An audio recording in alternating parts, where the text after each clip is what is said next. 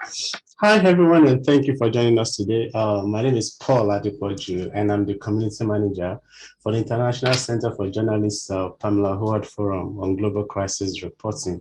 And we are very, very glad that you are able to find time out of your very, very busy schedule to join us today to talk about an issue that has been disrupting, if I can say, our journalism and media ecosystem since January when everybody began to talk about it.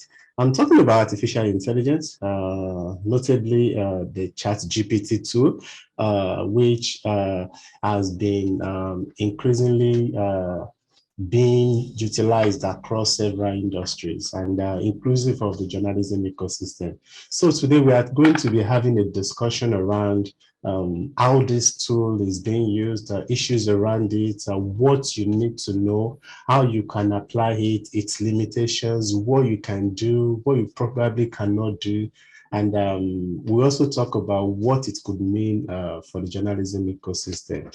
And we are glad to be reaching you right here on Zoom platform and live on Facebook in our forum group.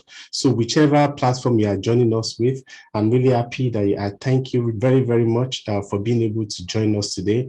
And we are always interested in knowing where you are joining us from and having a good understanding and interactions with you. So please, if you will allow me, please use the chat box to kindly tell us where you are joining us from.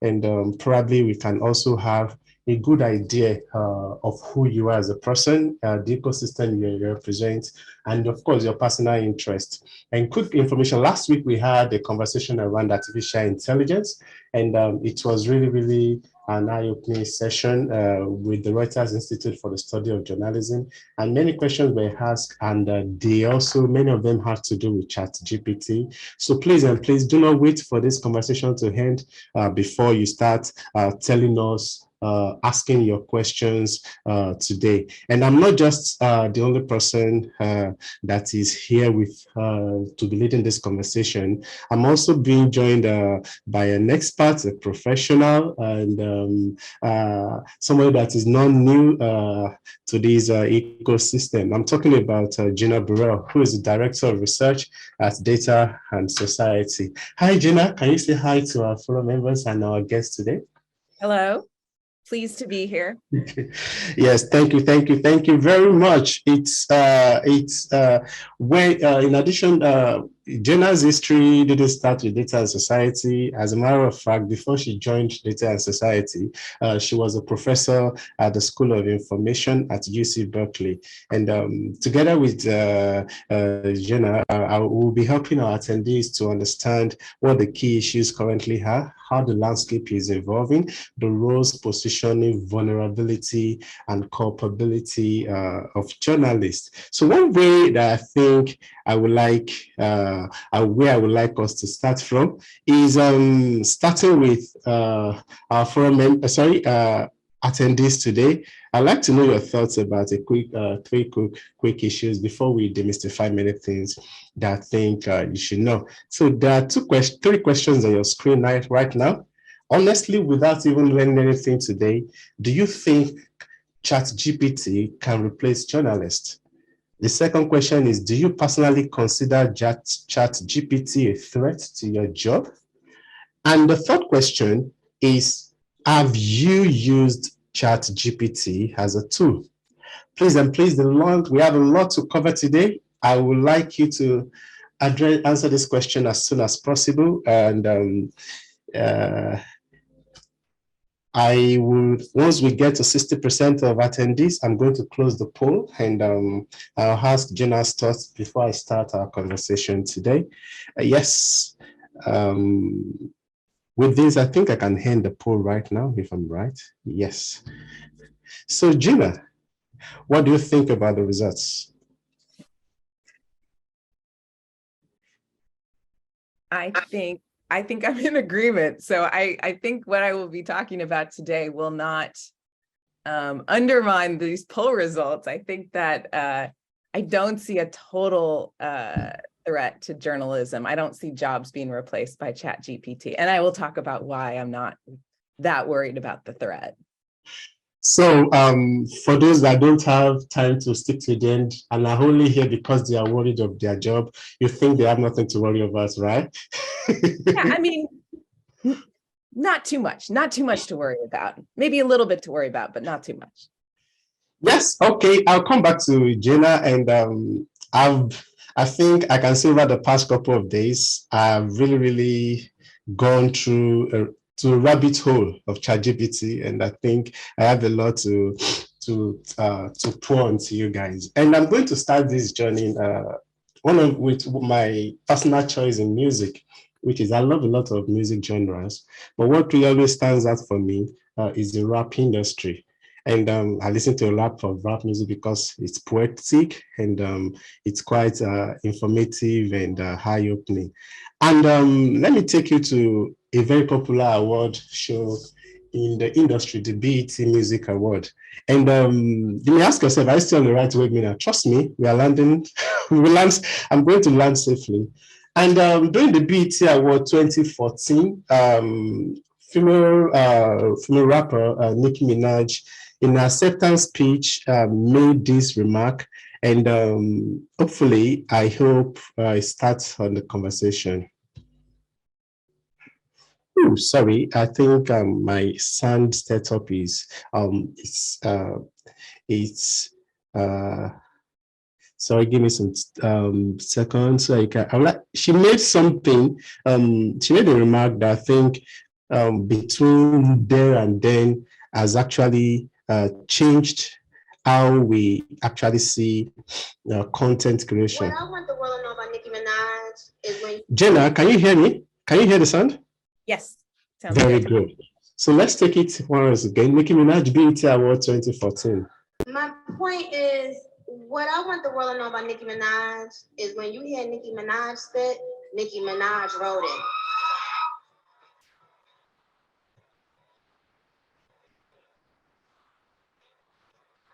And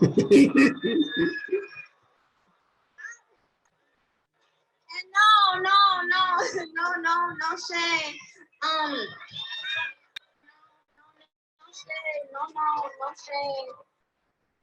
I used to sit in the studio with Wayne, and I would literally take sometimes 3-4 days to write a verse. And one day he was like, "No, you can't be taking all those days to write no verse. You gotta write your verse right here in the studio." And that's why I love him to this day. Because yeah, so what I'm trying to bring out here is she mentioned the fact that if you're a big fan of rap music, a rapper's ability to write his own lyrics is a really major bragging right.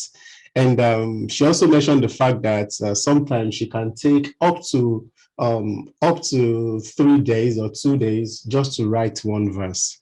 But let's fast forward to where we are today in 2023, sorry. And let me show you something. So let's say, okay, let's say I want to write, using this ChatGPT tool, we want to create a new album. So the first thing we need is, and this is how we use it. You can ask it, I need an album title for Nicki Minaj. So it begins to work on it. It begins to load and process it. Yeah, this beeping, we are going to get to with one of its limitations, and let's see what it can come up with. As you can see, it's struggling to get us something.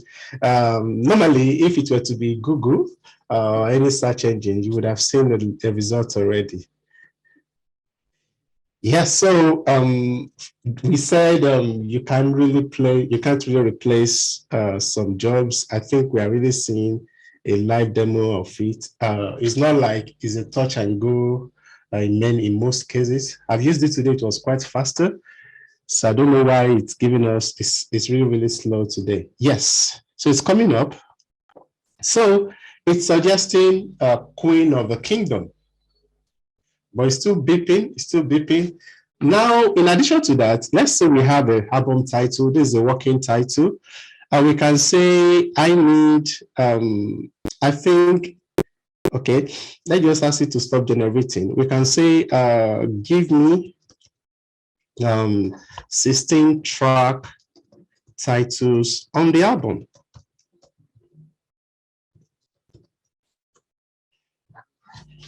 Yes, now it's coming out. We have an album title. You can see the album tracks coming out already.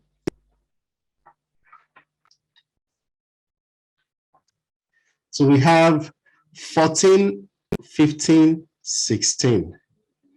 Yes, we have the 16 albums. Let's still want to go a bit further. If you've listened to a lot of albums, sometimes they have bonus tracks. Let's say I need 3 bonus tracks. So it's still going to give me that. And which means we already have the working titles for these albums. Yes, sometimes when a lot of people are on the tool, it gives us a lot of things. Now, while it's doing that, we can now start from the first title and say, for the first track, I need 3 rap verses, 1 chorus, and let's say I just want 2 bridges. I think it's really, really struggling with the extra. I shouldn't have asked for that. Jane, I think I'm asking for too much. Okay. ChatGPT, don't do this to us. Yes, so those are it's giving me the 3 bonus tracks right now. Oh, okay. I don't want to ask you for too much. I think this is really, really important. For the first track, I need 3 verses, 1 chorus, and 2 bridges. So verse 1, as you can see, the music, the lyrics, the songwriting is coming up together. Now, sometimes you can say, yes, we are just getting words and we are just getting everything. Yes, but you can see the song is coming together. And technically, we can see its application already in the music industry. And you can begin to understand why, when they say that many jobs are threatened, many individuals are really, really concerned. So we can see its application. I can go on and on. We can see the songs, the lyrics for a track coming up. I can repeat it over and over again until I'm satisfied for 16 tracks. And I have 16 lyrics to 16 different songs for an album.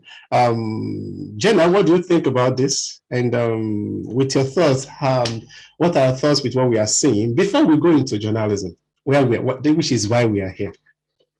Yeah, I mean, I did something similar. I asked GPT to write a travelogue about Japan in the style of Shakespeare. And then I asked it to do it in the style of Anthony Bourdain. And then I asked it to do it in the style of Ernest Hemingway.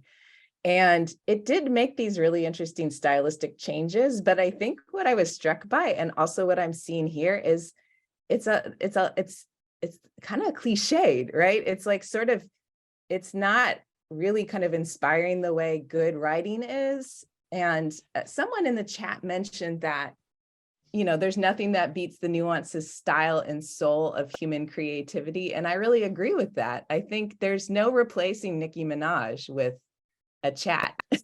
Yeah, I would have agreed with you, but this is where it gets interesting, everybody. Let's say I need 18 bars. Okay, let's say 12 bars rap verse. You now tell it what it wants to do. Focusing on Nicki Minaj's struggle with Nicki Minaj's inability to receive Grammy Award. And a struggle with motherhood and the death of a father. Now, let's see what it brings. See, now we are seeing it. We are seeing the more personal, more personal stuff's coming out. It's talking about the fact that Nicki Minaj has not received Grammy. Now you can see it's talking about motherhood. It's talking about all that stuff. Do you still think this is cliche, Jenna? Motherhood is a journey, a blessing and a test. I mean, I think these are, I mean, if you know actually how ChatGPT works, it sort of looks, it pulls everything on the internet into its model. And so of course you're going to get really common phrasing, you know, motherhood is a journey, really common phrasing. And that is like the essence of cliche. It's designed to kind of pick up on popular phrasing. So I mean, it's interesting. Sometimes you do get surprised by what ChatGPT produces, but a lot of it is like very familiar language and very familiar phrasing. And so I think we will, we'll see humans will continue to be much more inventive and creative and able to produce really unusual ways of saying things. But ChatGPT surprises you sometimes. You know, sometimes you ask it to do something, and the Yes. result is unusual. Yes, which brings us to the concept of journalism. What I just showed you is basically how journalism, how its application in journalism works. I cover science and development issues, but when I want to report, you are commissioned to cover, let's say, new discoveries in very, very advanced industries, let's say astrophysics, that you absolutely know nothing about, then you may initially struggle. Initially, before, the option would be probably to talk to the researchers to simplify the concept to you and help you better understand it. I think it's one of the things that we train journalists for to do, the ability to talk to researchers to simplify their concept to the extent that they can actually communicate it.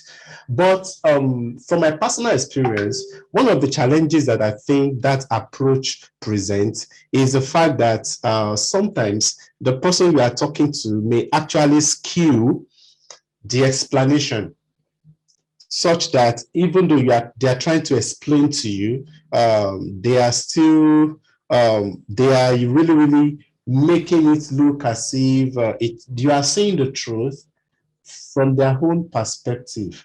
But with ChatGPT, I think you have the capability to load this resource, this tool, with the information and have it simplified to you. Do you think that is helping journalists to approach and remove non-bias in the ability to understand complex concepts? Gina? I mean, there's absolutely a value in using ChatGPT to simplify concepts. I actually was talking to someone who said they know some folks who use it to simplify legal contracts. So you take a legal contract with all the legalese, and then it will give you an explanation that's sort of at the level of a fourth grader, you know, like a 10 or 11-year-old. And so that can be really valuable. I think the bias question, though, you know, researchers in my area show that bias isn't about kind of taking it out of the perspective of one person, because ChatGPT sucks up everything on the internet. What you get out of it is a reflection of the skew of the internet as a whole. And I think we know, I mean, if you look at the work of someone like Sophia Noble, who's looked at bias in search engine results, there absolutely is a bias. There's a bias of kind of perspectives that skew towards dominant groups and people who are in power. So don't use ChatGPT to eliminate bias. It won't give you that result. But do you think we can work with that bias? Can we work without bias? With this particular bias that the tool has? I think, I mean, my exploration of ChatGPT kind of led me to the conclusion that I think it's really fun to play with, and there's a lot that you can get. I don't know that you can really ever trust the results, because there's interesting ways that truth gets skewed, or like, because it does kind of a pastiche, it takes a little bit from here and there and mushes it together. It often produces just absolutely incorrect results, because and it's hard to figure out when it's incorrect. Yes, you are very, very correct. So while we're talking, and we're talking about what I really want to show you, and probably our attendees that are trying to look at the ways that they can deploy this tool, is something to explain concept of complex concept.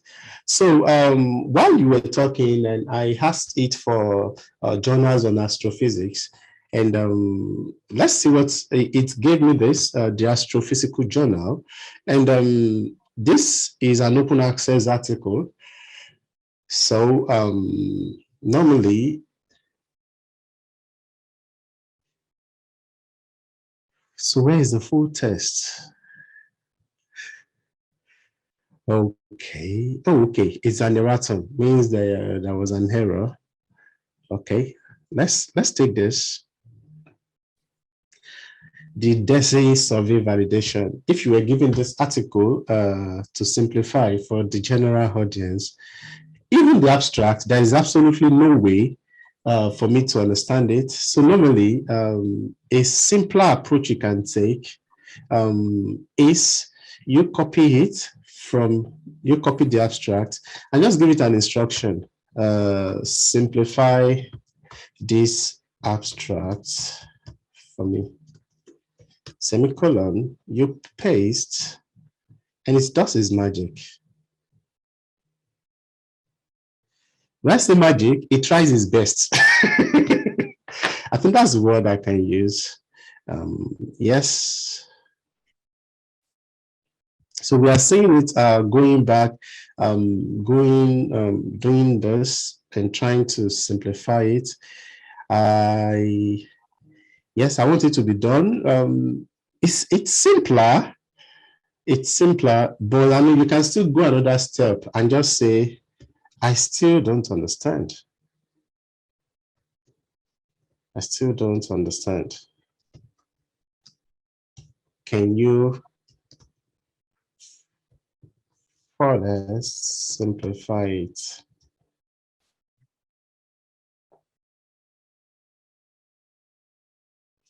Now we are looking at a much more simpler version of it. Yeah, as this is coming out, I think this becomes relatable as much as possible, but yet, like you rightly said, we cannot say is absolutely accurate.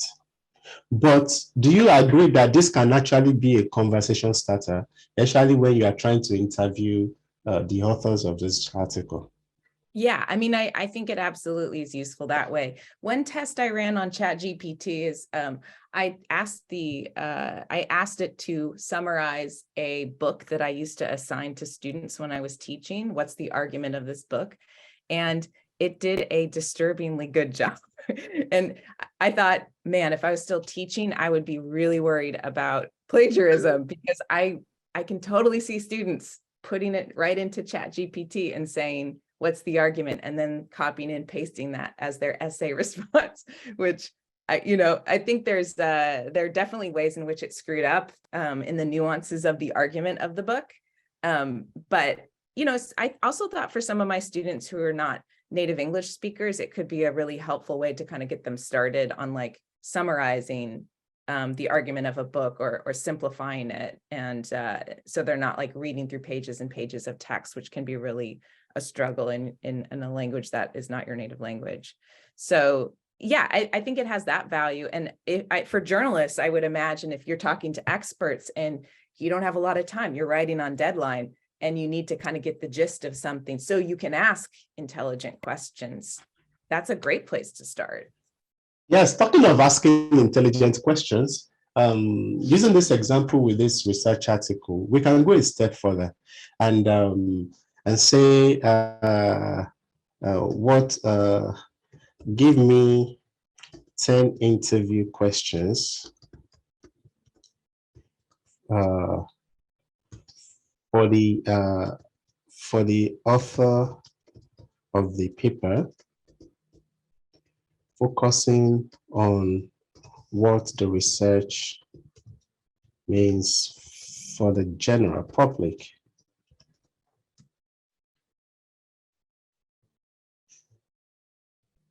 Now now it's stuck. Too many requests. Yeah, you can see that now we see the fact that it has a lot of limitations. Yeah. And I think it said I've made so many requests. Probably that's not me, probably. So this is a real practical demonstration of how this can actually work. There's a limitation in how fast it can go. There's a limitation in number of questions you can ask it. Google does not ask you. Google does not do this. And it's also an extensively laborious and activity that may actually require you being stuck if you are only relying on it. So what I'm trying to say is, what I was trying to illustrate is the fact that you can actually ask it a number of questions, even if you are trying to prepare for an interview on the subject matter.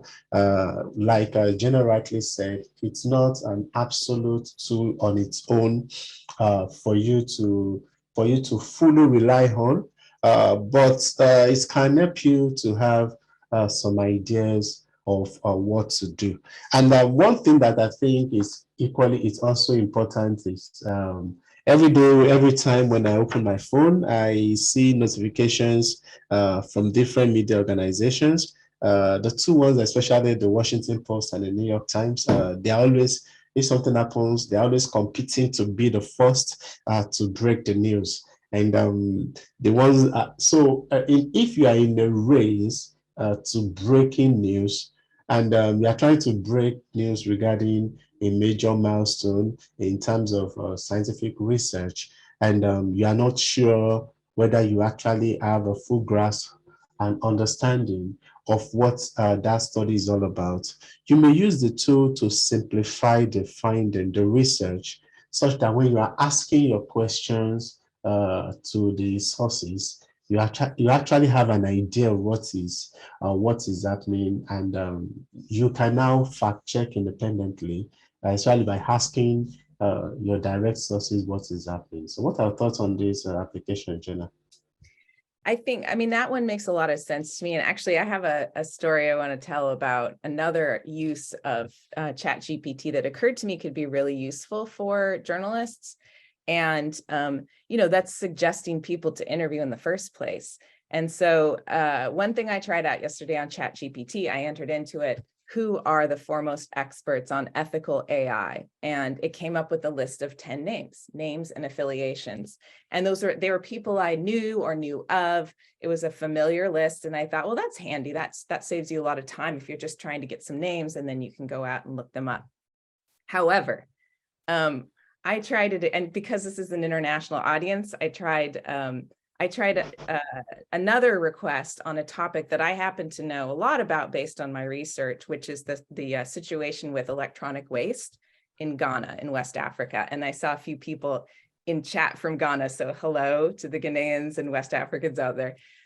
So I asked it to tell me about experts on e-waste in Ghana. And I thought it would put down some names of like professors that I know who are doing research on this, or journalists. And it didn't. It interpreted my question to mean experts who are in Ghana. And it gave me a list of names, and all of the names sounded like Ghanaian names. And when I went to look them up, none of them existed. This was a completely non-existent list of invented people. And I mean, that tells you something about how ChatGPT works.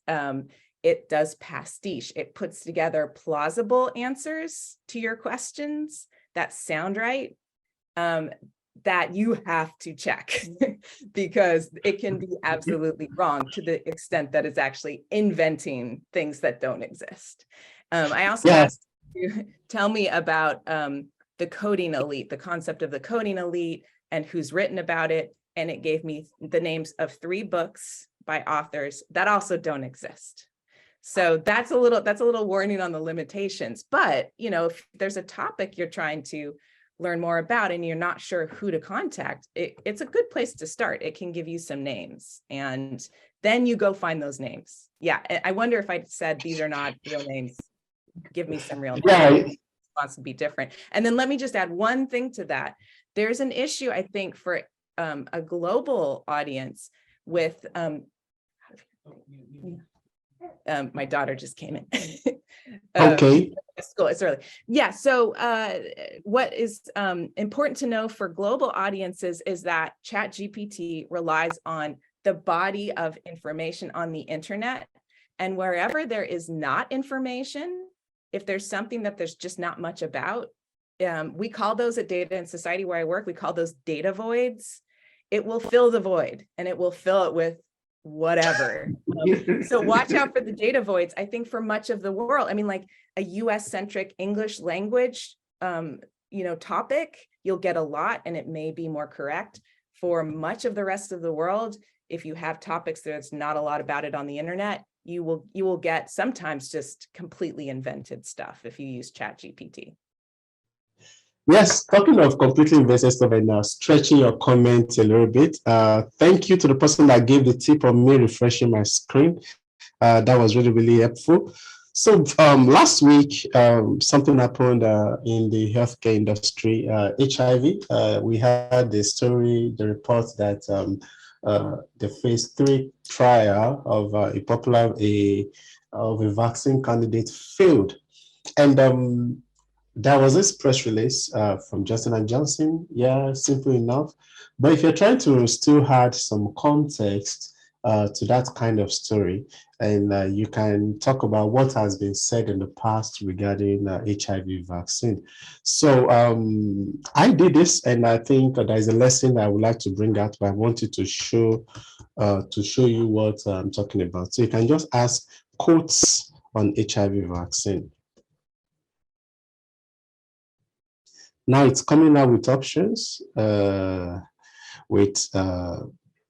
Yes, the first thing for a very, very lazy journalist that just wants to use this to populate story and go, you can just lift this comment, this quote, and slap it in your story.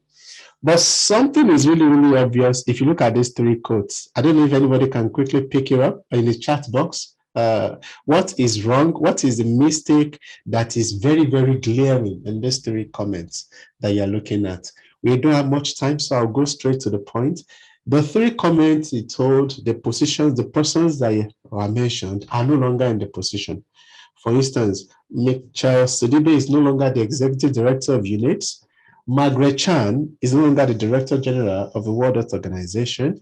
Now imagine you just using this, not just to talk about whether these quotes are true or not. You still have to do the refining yourself. You still have to go to the extent that ensuring that like Jenna said, what the comments you are getting is not totally made up. And now let's see what we can get from Africa. Include quotes from Africa. So you are beginning to see this, and yes, and now we can see, like Gina said, these persons are true. If you look at the second name, Dr. John Ikengasong is no longer at the Africa Center for Disease Control. Is now at a PEPFAR. So you have to be very, very careful about all of those things that you have to do. Now, if I'm the one that is trying to make use of it, and because these comments are being quoted verbatim, something I would do is to just check online, because we know it's also searching online for this comment, to actually be sure whether these comments actually exist. So you just copy it and drop it here in Google search. I think if that comment exists, it will be ranking high, very high up here, but I've not seen it anywhere. So which means if you are not fact checking and double checking this, you may be attributing a comment to somebody that never made that comment. Do you have anything to add, Jenna, on this?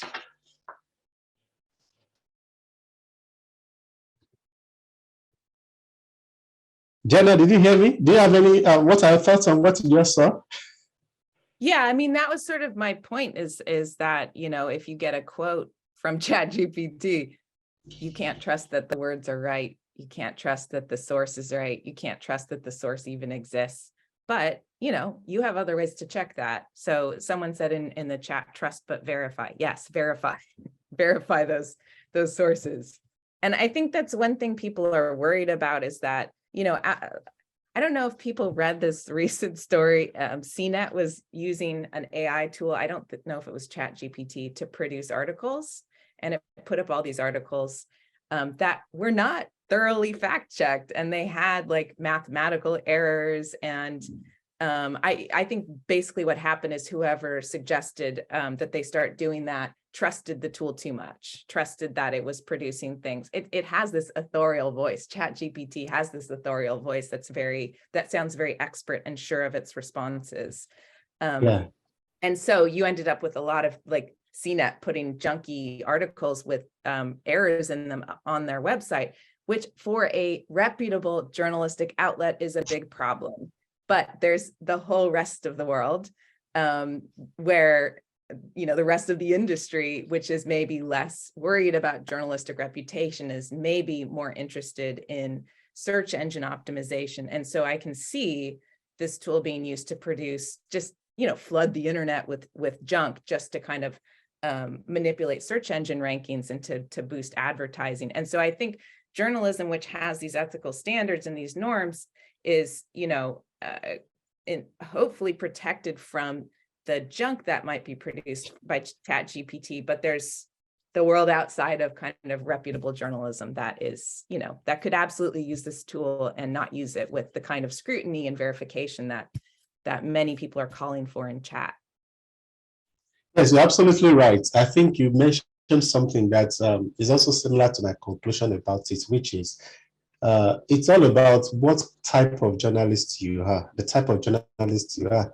If you are just a journalist that focuses on he said, they said, rewrite press releases, if that is everything you do, yeah, you may find it, you may think that is good enough for you. But if you really do true journalism, believe me, you are not going to be bothered at all about ChatGPT. It would only be an additional tool that you can use in your research. There is also one function that I've personally been using it for, and it's impressive, which is sub-editing. I usually write, I usually draft newsletters. Every newsletter that you receive every week, when I draft that newsletter, anytime I draft it, I send it. We have a team of editors. So for last week, I decided after writing it, I decided to ask ChatGPT to edit it, to clean it up for me before I sent it to my editor. And I looked at it, I looked at the edited version, and I sent it to the person that would edit. And the comment was very, very specific that the editor said, I have very, very few edits for me. So which means as a freelancer, that was quite exciting for me because after I've written everything, there are some mistakes. For instance, there are different styling in journalism. We have the AP style and different formats. There are some styling that will not would ask you not to capitalize the words. Some words, it should be able to quickly detect that and clean that up for you. So which means if you are trying to submit your stuff to high profile publications, you may use it for some cleaning up, but not complete editing jobs. What are your thoughts on that, Jenna? Yeah, Before I I mean, yeah. I think one takeaway I have from using ChatGPT, and actually, to be honest, you know, I think this is true of a lot of machine learning and AI tools. There's so much talk about automating, like that they are going to replace people or they're going to replace jobs. And I think what we actually see in practice is that the language is they need a human in the loop. There has to be a human there overseeing it, because these tools are interesting and they can do things that seem surprising, but they don't think, they don't reason. They're statistical optimizers.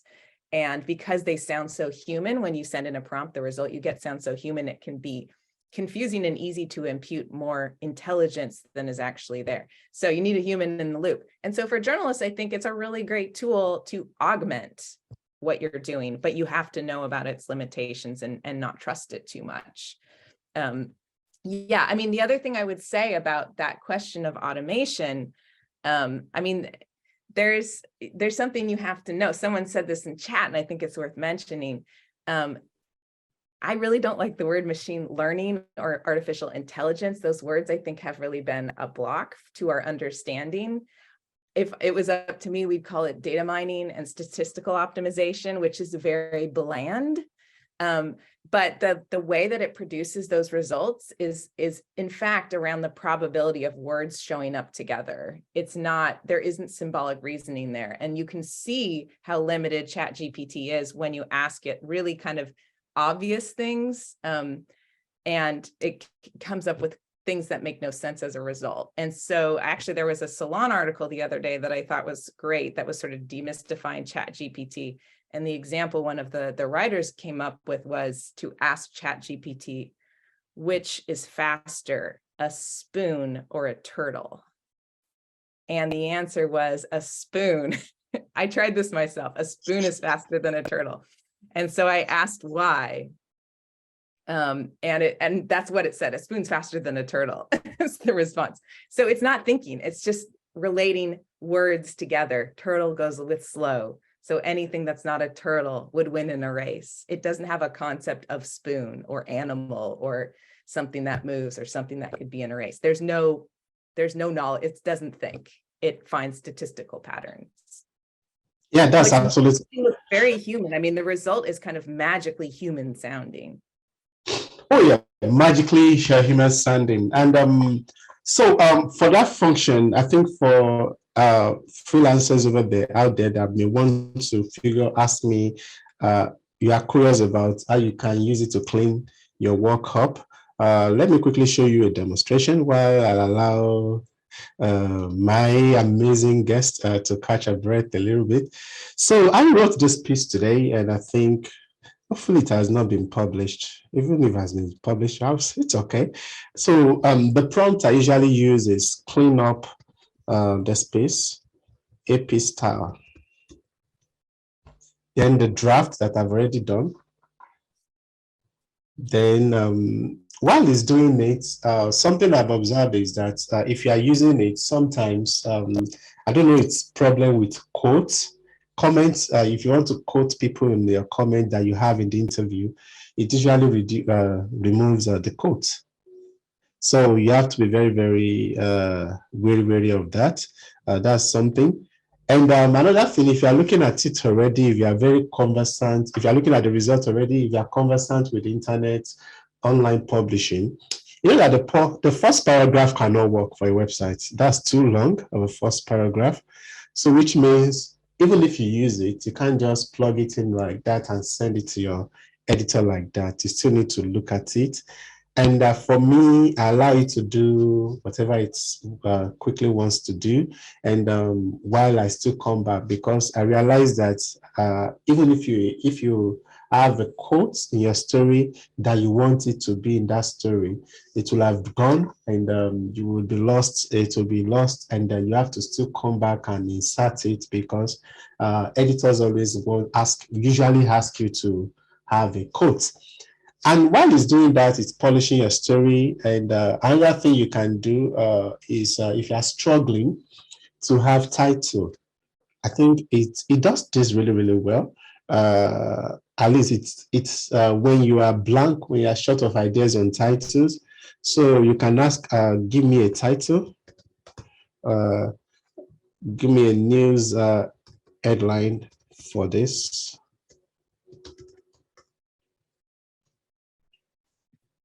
Now you can see it's coming up.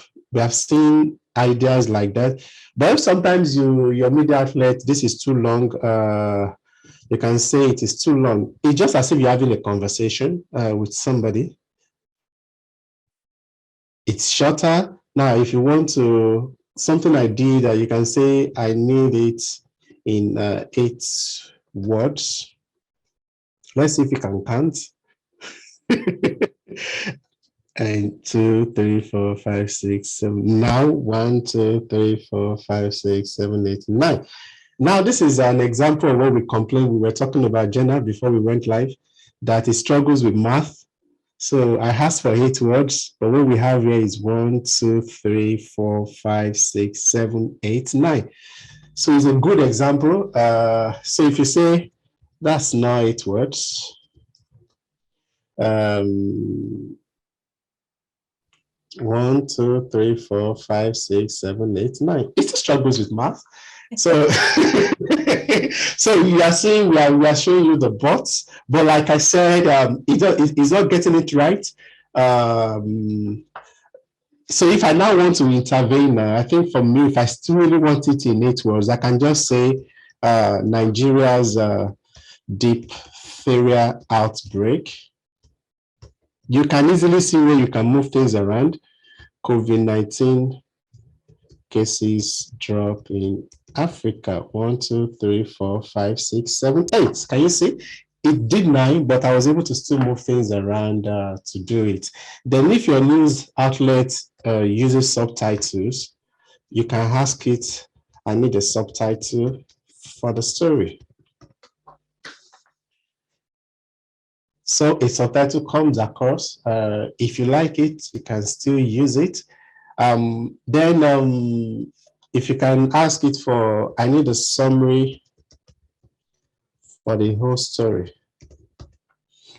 So summary still comes in, which you can have. For instance, we have media outlets that always have this very short or one paragraph that is an overview of the whole story.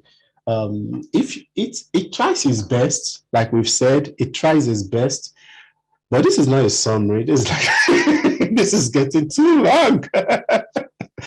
You can just ask it like that. This is too long. So, and it continues like that. So I hope you are looking at how you can use it to polish and improve your work. And another thing that I've also found it to be very, very good at is emails. You know, if you want to write, if you're asking for comments, I think it's still doing the same thing. Is it shorter? Oh yeah, I think this is shorter. So now, if you're also writing emails, one of the applications that I think I also found it is it's really good at crafting emails. And let's say I want to write an email to Jenna and say, write an email to Jenna asking her if she'll be available for an interview to discuss topical issues. And you load it, and it's going to craft a really, really nice email, but that will still need your input. And so any thoughts on what I've said so far, Jenna, before I think we've tried as much as possible regarding the questions. I still have one or two more applications that I want to show you before we take the questions. Jenna, any additions to what I've said so far?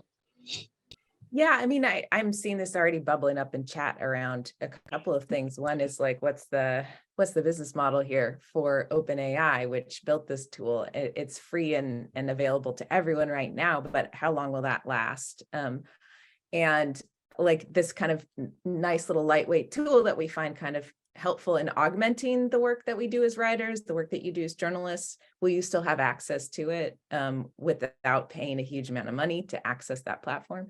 I don't know what the answer to that is. And I think if it does become closed down and you can't access it, there's something else to talk about, which is copyright. So everything you've written as a journalist that's out there publicly is, dumped into OpenAI's tool and munged up and used to produce the results. So And it's such a pastiche, it's so blended together that you really can't identify a source.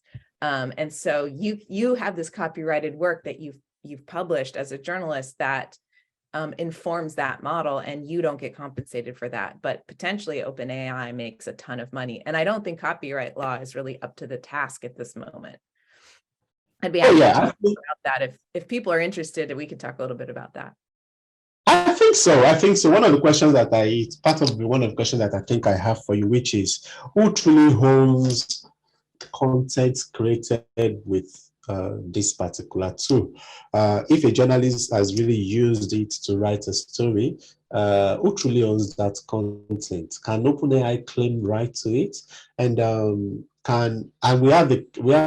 in an industry that uses many news outlets use paywalls, and which means they actually absolutely have 100% ownership of their story.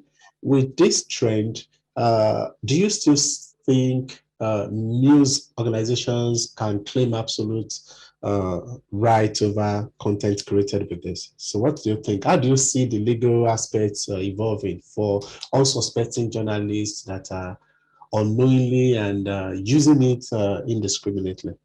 Yeah, I mean, like I said, I don't think copyright law, at least in the US, is up to the task. I mean, copyright law depends on there being clear human authorship and ownership of text. Like we imagine that if something's written, a human sat down and wrote it. And so I don't know what OpenAI is thinking about claiming copyright on work produced through the tool, but I do know that they absolutely would not want copyright enforced for the data they put into their model, because it would become impossible. Like they are assuming that whatever's out on the public internet that is used to train their model is fair game. And if we change the copyright law and said you have to identify sources and you have to compensate those sources, I think the model wouldn't be able to function legally. And so I would expect a big company like OpenAI with a lot of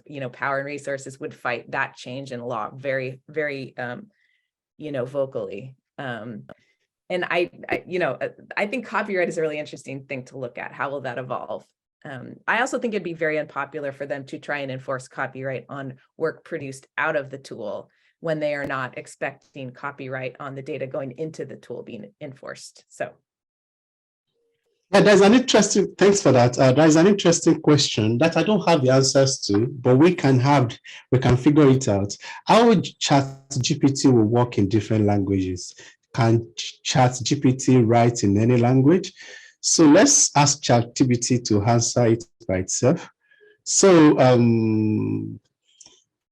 we can just ask for write a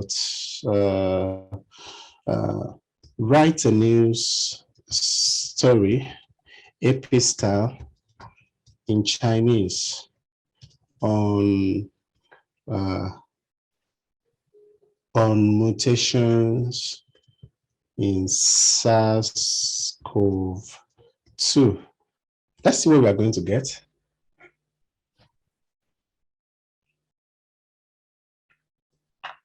Okay, he's doing it. Yep. So you can see the answer right here. I'm sorry, I'm an AI language and my training data is limited to English language. I'm unable to write. So you have the answer right here. So it cannot, for now, I think it cannot do other languages. Then, are you surprised that it can't do other languages, Jenna? This is something that after I played around with it yesterday, I thought, oh, I didn't try language translation. And I guess I'm not surprised. I think with all the excitement about ChatGPT, maybe we're forgetting that Google Translate exists and it's actually very similar as a tool. I mean, if you need to translate, use Google Translate. I've been studying Japanese for the last 3 years, and so I've been using Google Translate religiously every day for years now to try and work on my Japanese. And It is absolutely helpful just for reminding you about grammar and helping you kind of finesse the finer point. It also, though, like ChatGPT, gets things really wrong. And if you're not Mhm. knowledgeable, you may miss those errors. Yeah. So what is your comments regarding the concern around ChatGPT being posing as a major threat to Google? I mean, I think what ChatGPT represents is sort of this dream that I remember people having like 20 years ago around natural language search, right? So I don't know how many of you are old enough here to remember Ask Jeeves, which still exists, but Ask Jeeves was meant to be a competitor to tools like Google or Alta Vista or some of the older search engines that would let you just put in a question and use normal human language and get results that way. And I think this tool is sort of the final realization of that. Whether the results are correct or not, it absolutely does the thing people wanted, which is you give it a question in human language and it responds in convincingly human language. And that's very accessible. And so on that level, I think Google's probably very concerned about the threat to their business model. Yes, even though it cannot write, it's probably likely trained on English language documents. Something I tried earlier today was using a Chinese website. You know, yes, this is China's National Bureau of Statistics. I don't understand Chinese. I don't speak. So what I did was I just copy this. But it could actually tell me what they meant. So it also has a translation element. So I think, uh, what does this mean in English?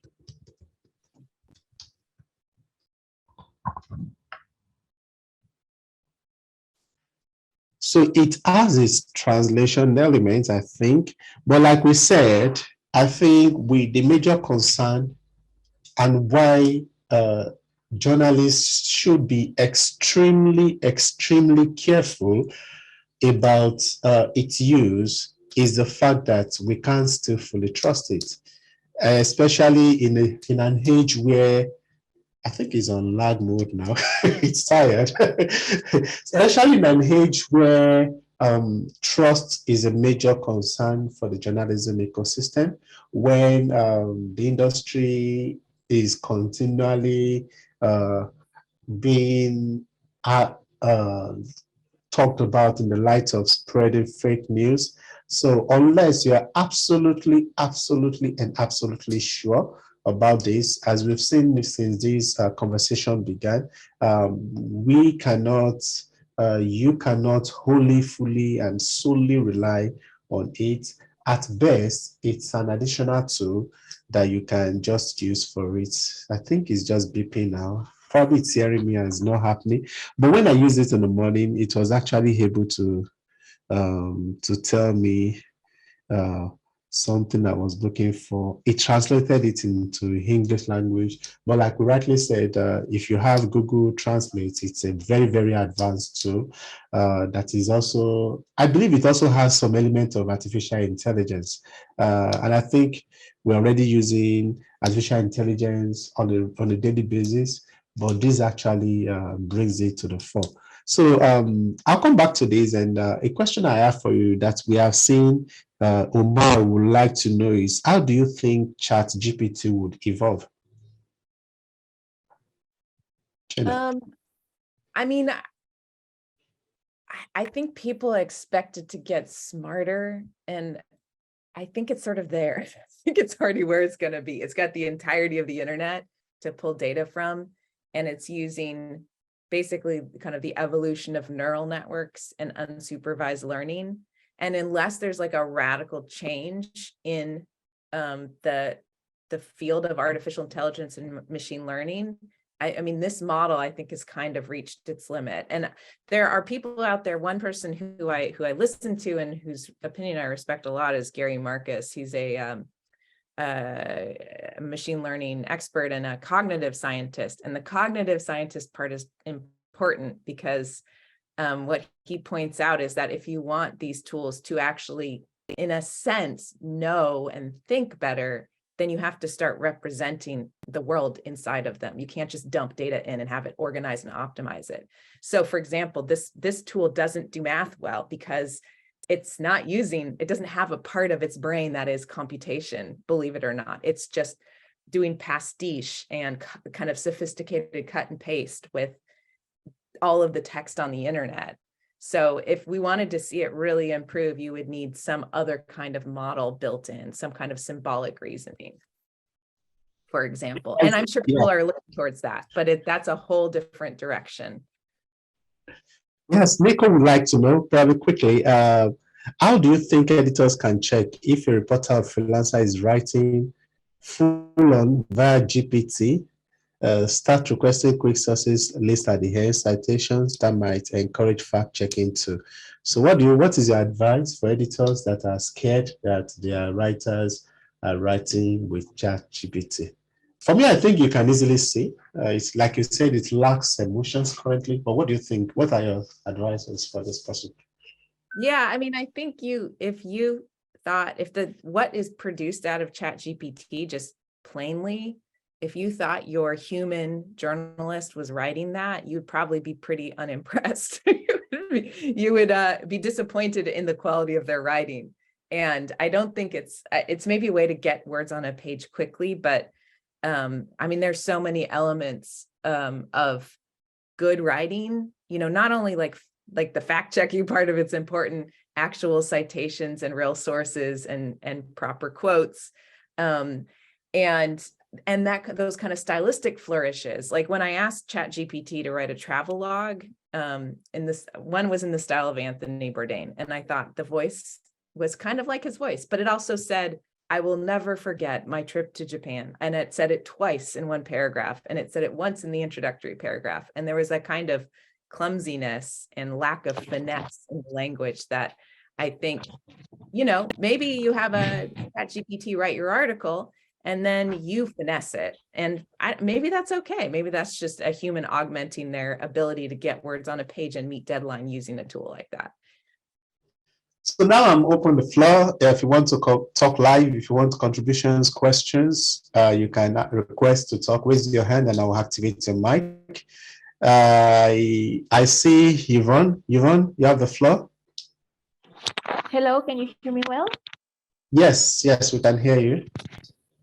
Thank you. Well, like I said on the chat, I am currently working on a piece where my thing is I'm going to interview ChatGPT about what ChatGPT, whatever it can tells me about how we are using it for journalistic publications. And, the New York Times published an editorial with it, and some other media outlets have been using it since November to actually just publish whatever the chatbot gives them. So I would like to have any tips that Jenna can give me and ask you if ChatGPT should be a tool that journalists incorporate to avoid other parts of their process, which are often tedious or distracting. If so, which ones? I know you mentioned using it to get the gist of a topic to prepare for questions in an interview, but what about things like, I don't know, helping content to be optimized for research traffic, or I don't know, a tool to keep us playing the rules of the game that Google and Meta gives us? Should we use it like that? Or which areas of our process do you think that are the ones that we should take advantage of the most? Yeah. I mean, I think generally speaking, computing technologies, the best way to use them is to delegate tedious parts of your job that don't actually require as much human oversight. And so, yeah, go for it. If you find a way to do that, do it. And I mean, like I was saying, looking for experts on a topic, it's a very efficient way to do a search. It will give you a list and then you have to go look up those names, but it's more efficient than going to Google search and kind of looking broadly and reading all the sources. And so anything that helps you do your work with less tedium is great. I think the warning though, is that so much of what it produces when you put in a prompt is not true. And you have to be really careful of taking what it produces at face value. The issue of like playing the game that Meta and Google give us, I mean, I think that was at the source of what CNET did. So CNET used AI, you know, presumably something like ChatGPT to write articles, to write full articles, and then publish those full articles. And if you look at those articles, they were pretty dumb. I mean, maybe an entry-level journalist who's just trying to get their feet wet would be interested in writing a story about what is Zelle, right? The payment platform. What is Zelle? So they used the AI tool to write about what is Zelle. And that was really search engine optimization, I think. I think they were trying to put up some articles quickly that lots of people would be directed to from search engines. And then ideally they would stay on the page or they'd look at other content on CNET. But there's just kind of a bunch of junk articles that were there as not clickbait really, but as a way to play the search engine optimization game. And I feel a little uncomfortable about that. I'm trying to figure out why. I mean, I think the factual errors in those stories are a concern. Obviously, you shouldn't be putting stuff up that's misinforming people.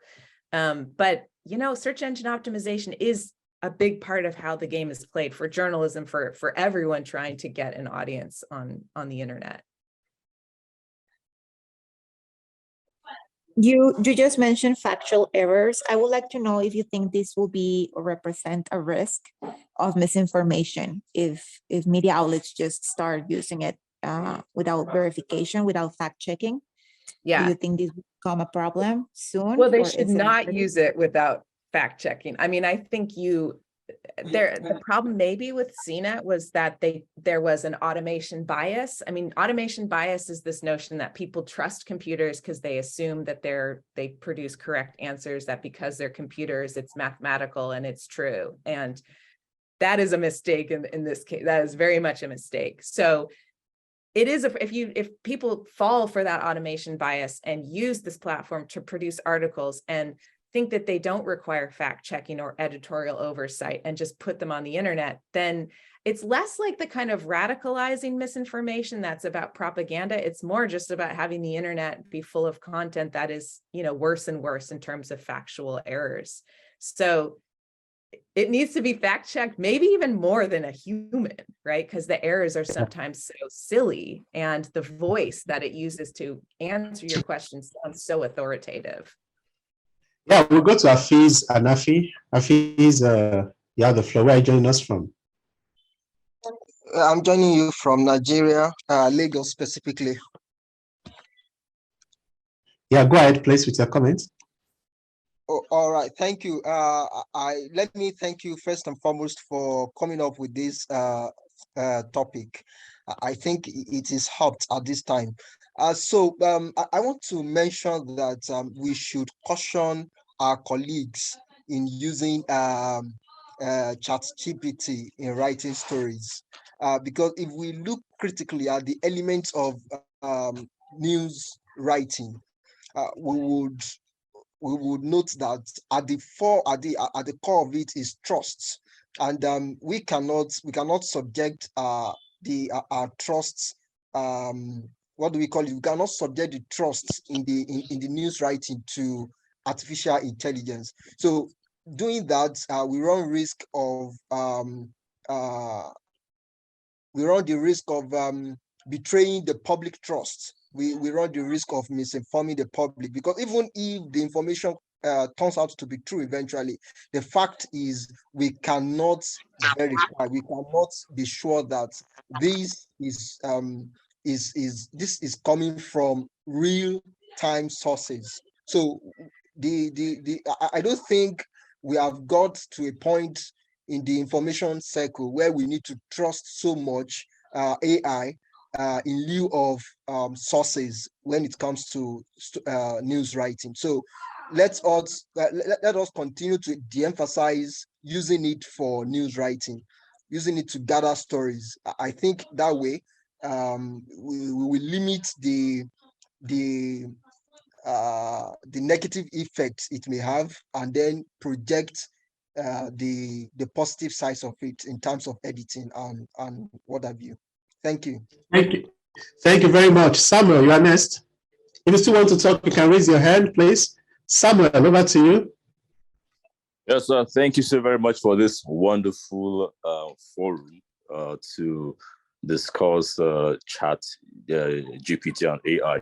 My question is, I think we are still in the early days of this, tool. I believe with time it's going to improve. My question is, what are the implications for journalists, especially when you have a situation where AI becomes so good that it can actually write news stories, at least to some level? Are we going to see journalists becoming indispensable, when it comes to writing news for a website, for example? Do you want to address that, Jenna? I mean, I have a kind of an optimistic and a realistic response to that, which is that I think that's kind of how we often, throughout history have talked about new technologies. So for example, I'm a social scientist. I have a background in computer science, but my advanced training is in social science. And I look at the history of technology. And for example, it was once thought that airplanes would bring about world peace. It was once thought that movies would replace schools. We often look to these new technologies with the expectation that we are about to see a radical advancement, which never comes. And I wouldn't worry about journalists being replaced by these tools. I think what we're seeing right now is something really interesting and new with some real advantages and a lot of shortcomings. And if we start to see tools that genuinely do the job of a human at the level of a human or better, then let's worry about it then. But I actually don't think we have to worry about it. I don't think it's coming. Yeah, thank you. Nelly, over to you. Like I said, if you still want to talk, please raise your hand and I'll allow you to talk. Nelly, you have the floor.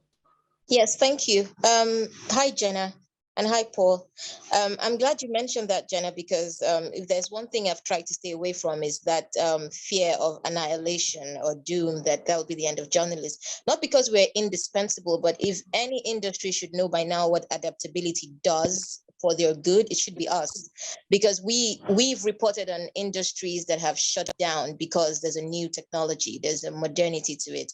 And if we can't in some way embrace, adapt, and learn to formulate, then I think that's on us, how long we want to continue to exist. But speaking on ChatGPT, I think I see it as helpful if you wanted to. For instance, in the case of maybe interviews, if you are a journalist in the global south, there's already a limitation to how many people you can access, how many people you can talk to, and where you can go to. We already have the visa bias that doesn't exactly place us in the, forgive me, I have to open the door, that doesn't exactly place us in the most flexible position for coverage.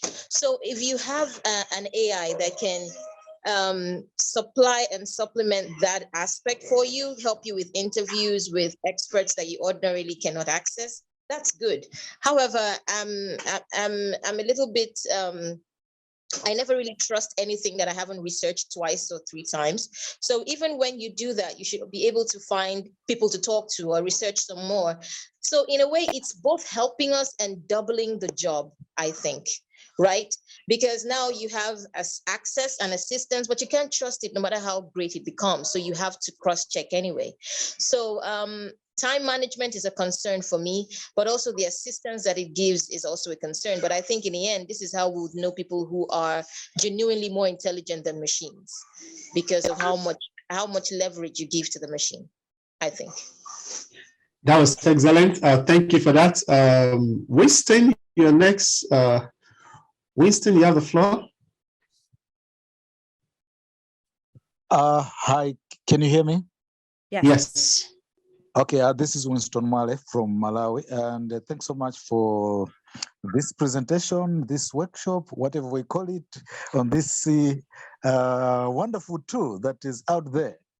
Okay, for me, I think in as much as we should approach the use of this particular tool cautiously, but I should say let's not fear the unknown. Let's embrace it. It's a tool, just like another tool. It's up to us to see how best we can use it. Now, let me give you some examples of how I've used it recently, for example. There was a moment when I was supposed to do some interviews very quickly. I was just given some assignment, all right?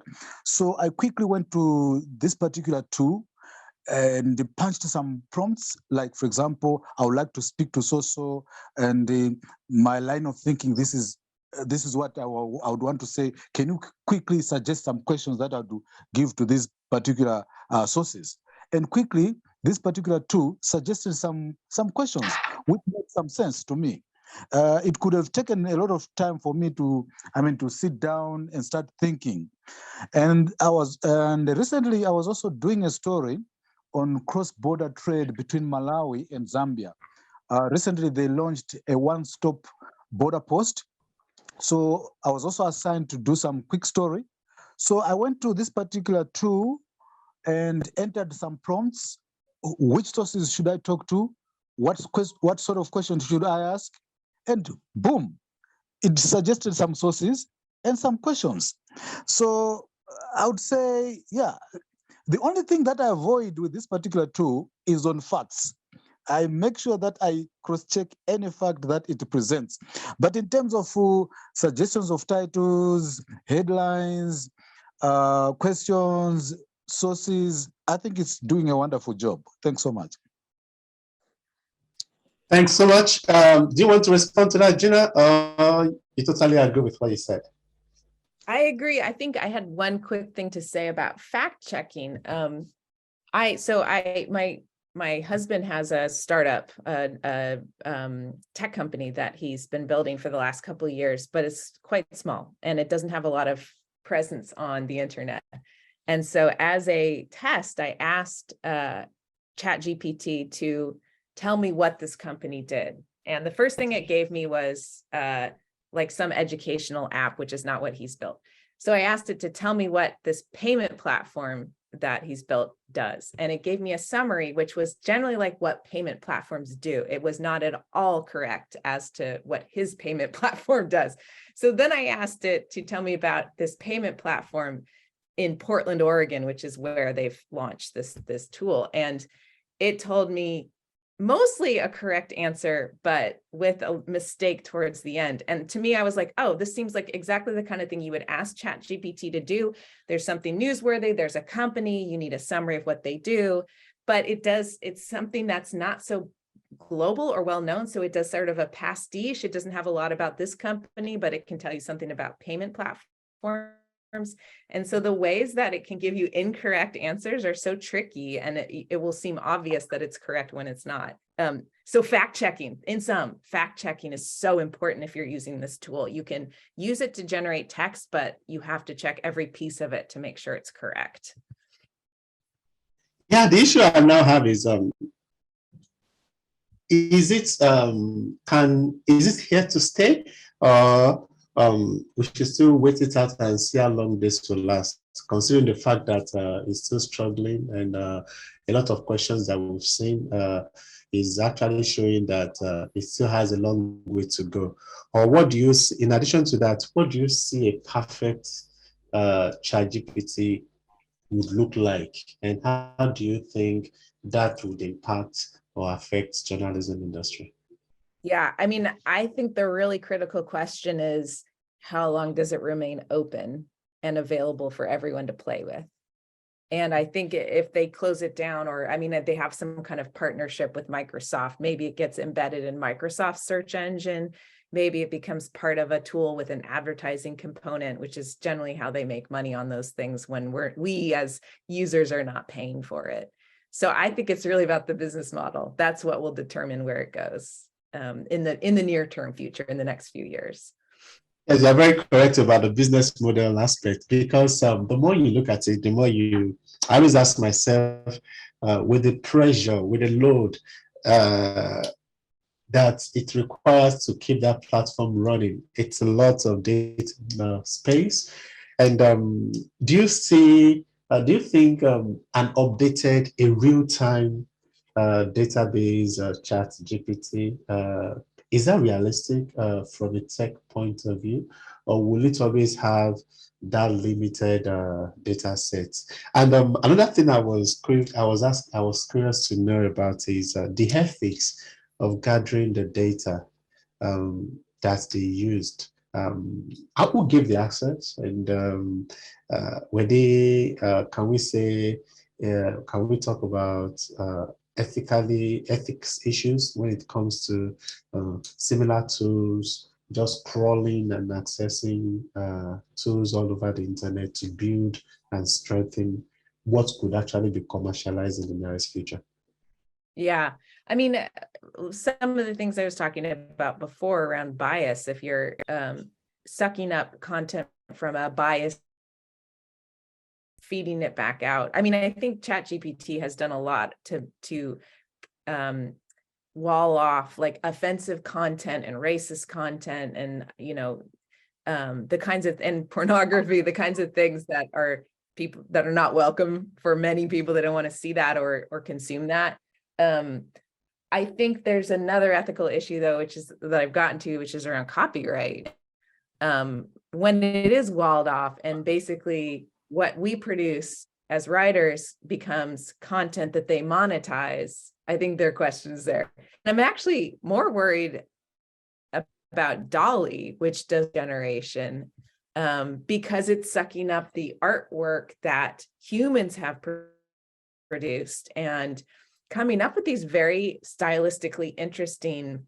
I mean, in terms of quality, I think maybe the quality is better and more ready out of the box from DALL-E art generation. And I really worry about freelance graphic artists and, people who make a living on their artistic talent, producing, the graphics that we see in magazines and on websites. And I mean, that gets sucked into DALL-E and it becomes this way to kind of make instant, cheap clip art, which is built off of the labor of all of those artists.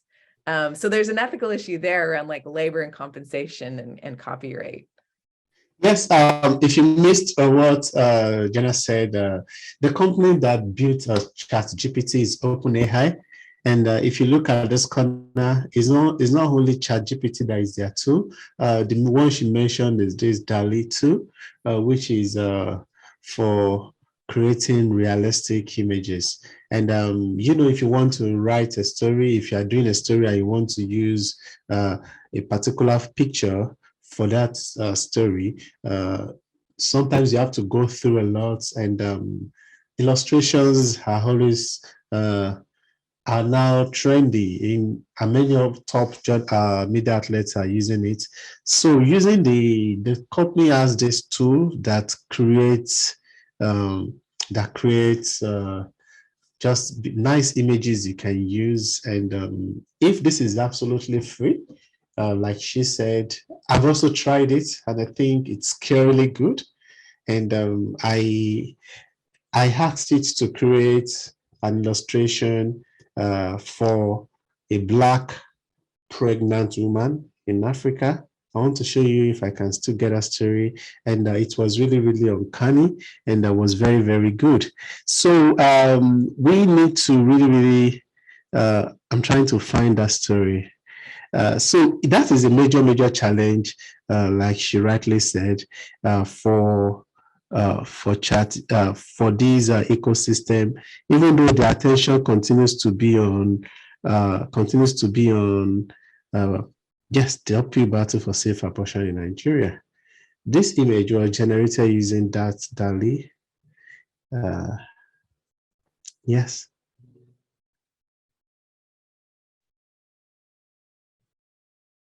Yeah, I mean, the story, like at Data and Society, we commission art all the time. We have particular reports that we've written that are on a topic, and we will commission someone to produce art that speaks to that theme.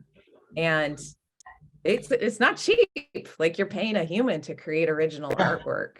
And this is a shortcut. Like you can put any ridiculous kind of prompt into it, and it'll give you a viable image that kind of and you can and it does interesting stylistic things. as well. And so it's so that is where we need to. I think there's some categories of professionals that may need to be obviously very very worried. Especially, I can't imagine if these tools are also thrown right out there free of charge. But on the other hand, I think we should also be conscious of the fact that similar tools that have previously existed. I've seen AI image creation tools before, and they didn't really catch on as we expect them to be. And we are just going to be open-minded and see how not just ChatGPT, but these are essential the entire AI ecosystem develops. Some hours ago, in addition to that, we are also seeing AI created videos. You feed it with instructions. We are seeing AI art is also a vibrant ecosystem. And so we are already seeing a lot of things. I think for you as a person, as a professional in the media landscape, the goal isn't to, you really, really cannot fight these tools. You really cannot challenge them. But the best you can do is to be aware of them, look out for how you can make use of them, never fully rely on them, use them for the best to get the best out of your work, and be open to them, learn more and continue to evolve. Because the truth of the matter is, even though we are talking about these tools affecting our ecosystem, we should understand the fact that some times ago, we used to write, that there was a generation of journalists that were writing their stories handwritten. Then the typewriter came forward. Then we had the computer. Before the internet, news publications were also publishing stories. And so this is a current phase that we have in the journalism ecosystem. And we actually have to live by it, update our skills, and be ready and be best prepared. We've really gone beyond our time lot. So Jenna, what are your thoughts and what are your last remarks on this conversation? Yeah, I have one last comment. To all the journalists, I think one thing I would just encourage everyone to do in writing about ChatGPT or writing about AI is do your best to resist treating these tools as if they are human-like, as if they think like humans, as if they think at all or learn or are intelligent. Those are really difficult, tricky words to use. And any way that you can write about this and resist anthropomorphizing it, because under the hood, they really don't think like humans. They don't. I mean, it's not when you search for artificial intelligence on Google Images, you get all these pictures of brains and robots and humanoids, and it's a distraction. It makes it difficult for us to understand how these tools really work. So a call to resist that language if you can, and always be skeptical when you're using these tools and when you're writing about them. Yes, thanks so much, Jenna. I really, I couldn't have asked for a better co-panelist on this. And like you rightly said, please and please, you're not dealing with the human. I always dumb it down as much as possible anytime I'm interacting with it. And I feed it with as much information as I can so that what I get is still specific for what I want it to use it for. And even when it produces the results, as the journalist, you are still duty bound to do the right thing. It's not here to replace you. It's here to just be yet another tool in the next chapter of journalism. So I know many people have asked for recording of this video. We are going to make it available as soon as possible on ICFJ's YouTube page. And more importantly, I would encourage you to be part of our active Facebook forum page where we share resources, tools, insights, opportunities, and several others. So please and please, if you are not already a member of our Facebook forum, please go to the chat box now. I just dropped the link. Click the link. It takes you right to the Facebook forum. you request to be a member of that forum, and you are going to be added to that Facebook forum. A lot of resources have been shared, and we are going to endeavor to share as much as we can. This is a conversation that is ongoing in the ecosystem. Actively engage, but don't be cautious of going down the rabbit hole. So I don't just do your best and maximize the resources available to you. We don't have a live session happening on Zoom next week, but next week we have something we've not done before, which will be an in-house session for our forum members that would only be streamed live to our Facebook forum page, in which we are going to be sharing insights on the latest opportunities available out there for journalists. This is not going to be a Zoom link, so nobody is going to be sending any Zoom link. We are just going to be reviewing opportunities and recommending and giving you tips and guidances. So once again, if you're not part of that Facebook forum, the link is up. I encourage you to check it out and be part of our Facebook community where we share insights and resources. On behalf of the International Center for Journalists, Andy, I really want to thank you very much. To learn more about this forum and other International Center for Journalists other initiatives, please check out the website for International Center for Journalists on www.icfj.org. And if you are interested in new resources, more resources, tools, and information about new opportunities to advance your journalism career, please check out IJNet's website on www.ijnet.org. And Jenna is from Data and Society, and it's the lead of that organization has also published extensively. I read an article by the leader of this organization, and I also what they do is they produce original research on topics including AI and automation, the impact of technology on labor and health, and online disinformation, and several others. So please don't hesitate to check them out on datasociety.net, and they also have opportunities, I think. So please make sure you actively engage with us. And from me and everybody at the International Center for Journalists, I want to say thank you very much for being part of our web cover production today, and we'll see you some other time. Enjoy the rest of your day. Thank you, Jenna. Thank you. It's been a pleasure. Yeah, bye everyone.